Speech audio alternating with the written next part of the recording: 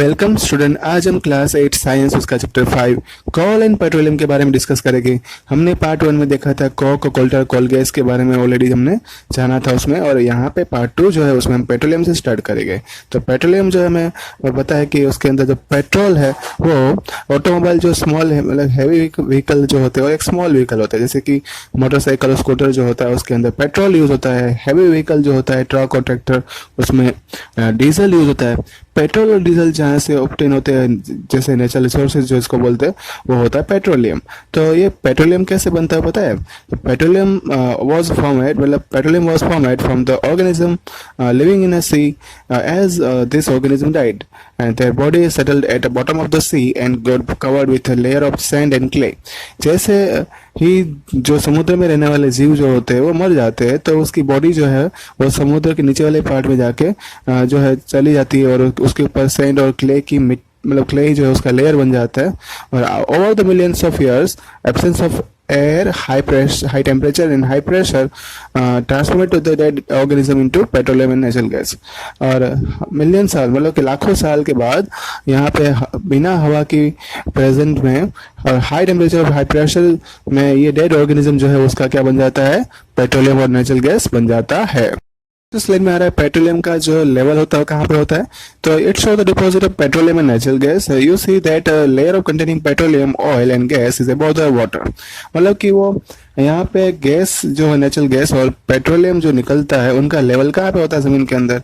तो सबसे पहले ऊपर जो गैस निकलता है, उसके नीचे है वो पेट्रोलियम का ऑयल निकलता है, और नीचे सबसे होगा वो वाटर होगा। ऐसा क्यों होता है कि पानी सबसे नीचे होता है? क्योंकि हमें एक बात जानते हैं कि जो वाटर जो है वो सबसे ज्यादा डेंसिटी वाला है, और ऑयल और जो गैस है उसकी डेंसिटी वाटर के कंपैरिजन में कम है। ठीक है, मतलब वो लाइट है। तो इसलिए हम सबसे पहले गैस जब हम खुदाई करेंगे तो सबसे पहले गैस बाहर निकलेगा, उसके बाद पेट्रोलियम ऑयल बाहर निकलेगा, और साथ लास्ट में क्या निकलेगा? वाटर निकलेगा। नेक्स्ट स्लाइड में आ रहा है पेट्रोलियम की हिस्ट्री। तो वर्ल्ड का फर्स्ट ऑयल जो था वो ड्रिलिंग की गई थी पेनिनसिल्वेनिया में, जो यूएसए में आया हुआ है 1859 में। उसके बाद 8 साल के बाद 1867 में जो है वो आसाम जो उसके अंदर माकुम करके जगह है वहाँ पे उसका जो है ड्रिलिंग हुआ था, और इंडिया में है ये। और दूसरी बात उस गुजरात के अंदर भी हुआ था। मुंबई हाई जो बॉम्बे हाई से फेमस था उसमें भी हुआ था। और रिवर बेसिन जो गोदावरी और कृष्णा जो था उसके रिवर में भी के अंदर भी इसका जो है खोदकाम हुआ है। नेक्स्ट स्लाइड में है refining of petroleum. Many useful substances are obtained from the petroleum and natural gas. These are termed as petrochemicals. मतलब बहुत सारे अच्छे सब्सटेंस जो हमें जरूरत होती है उनकी वो मतलब पेट्रोलियम में से मिलते हैं, उसको क्या बोला जाता है? Petrochemicals. These are used in the manufacture of detergent fibres में है polyester, nylon, acrylic, polythene and other man-made substance, मतलब man-made plastic। hydrogen gas obtained from the natural gas is used in the production of fertilizer, मतलब कि urea. तो यहाँ पे उसके use जो है वो दिए हुए हैं, और due to its great commercial importance petroleum is also called black gold.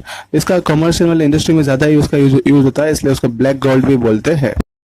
Next slide में टेबल नंबर 1 में वेरियस कॉन्स्टिट्यूट जो पेट्रोलियम की होती है और उसके यूजेस क्या होते हैं उसके बारे में बताया। तो जैसे कि हम पेट्रोलियम गैस मतलब कि एलपीजी जो इसको बोलते हैं उसका हमारे घर और इंडस्ट्री में फ्यूल के फॉर्म में हम यूज़ करते हैं। पेट्रोल का यूज़ हम जो मोटर फ्यूल में करते हैं, एविएशन फ्यूल में करते हैं, और ड्राई क्लीनिंग में भी होता है सॉल्वेंट के फॉर्म में। और केरोसिन का यूज स्टोव में करते हैं, लैम्प में करते हैं, जेट एयरक्राफ्ट में होता है। डीजल का यूज हैवी मोटर व्हीकल में होता है, इलेक्ट्रिक जनरेटर में होता है। लुब्रिकेटिंग ऑयल का यूज है लुब्रिकेशन के फॉर्म में होता है। पैराफिन वैक्स जो है ऑइंटमेंट और कैंडल और वैक्स वैसलिन बनाने में उसका यूज होता है। और दूसरा है बिटुमेन। तो बिटुमेन का यूज कहाँ पे है? पेंट और रोड सरफेसिंग में होता है। स्लाइड में आ रहा है natural gas. Natural gas is a very important fossil fuel because it easy to transport through the pipes. Natural gas जो एक ऐसा इंपॉर्टेंट फॉसिल फ्यूल है क्योंकि उसको हम पाइपलाइन से भी ट्रांसपोर्ट कर सकते हैं। नेचुरल गैस जो है उसको हाई प्रेशर और कंप्रेस्ड फॉर्म में उसको स्टोर कर सकते हैं, इसलिए उसको कंप्रेस्ड नेचुरल गैस भी बोलते हैं। कंप्रेस्ड नेचुरल गैस जो है पावर जनरेशन में उसका यूज होता है। It is now being used as a fuel for transport vehicle because it is less polluting. अभी इसका यूज जो है वो ट्रांसपोर्ट व्हीकल में भी हो रहा है क्योंकि इसमें से पॉल्यूशन जो फैल जाता है वो बहुत ही कम फैलता है compare to petrol and diesel. It is a cleaner fuel है, एक शुद्ध बोल सकते हैं हम, इतना भी शुद्ध नहीं, वैसे भी पोल्यूशन तो फैलता है, लेकिन क्लीनर फॉर्म के जो मतलब पेट्रोल और डीजल के कंपैरिजन में थोड़ा अच्छा फ्यूल है। और दूसरा एडवांटेज ये है, यहाँ पे एलपीजी लिखना है, सीएनजी नहीं है, क्योंकि यहाँ पे होम की बात की, और होम पे अपने घर पे जो फ्यूल आता है वो सीएनजी नहीं आता, वो एलपीजी होता है। बोले यहाँ पे टेक्स्ट बुक में मिस्टेक है, वो बात याद रखना। It the great advantage of the CNG is that it can be used directly for burning in home and factory where it can be supplied through the pipes. Such a network of pipeline existing in Vadodara, some parts of the Delhi and other places. और अभी जो है अपने घर पे जो LPG gas आ रहा है, और वो घर पे भी है, फैक्ट्री में भी जाता है, और वो ये पाइप से सप्लाई होता है। इसका बहुत बड़ा जो नेटवर्क है वो वडोदरा में भी है, और दिल्ली में भी है, और दूसरे प्लेसेस में, मतलब अहमदाबाद में भी आ चुका है।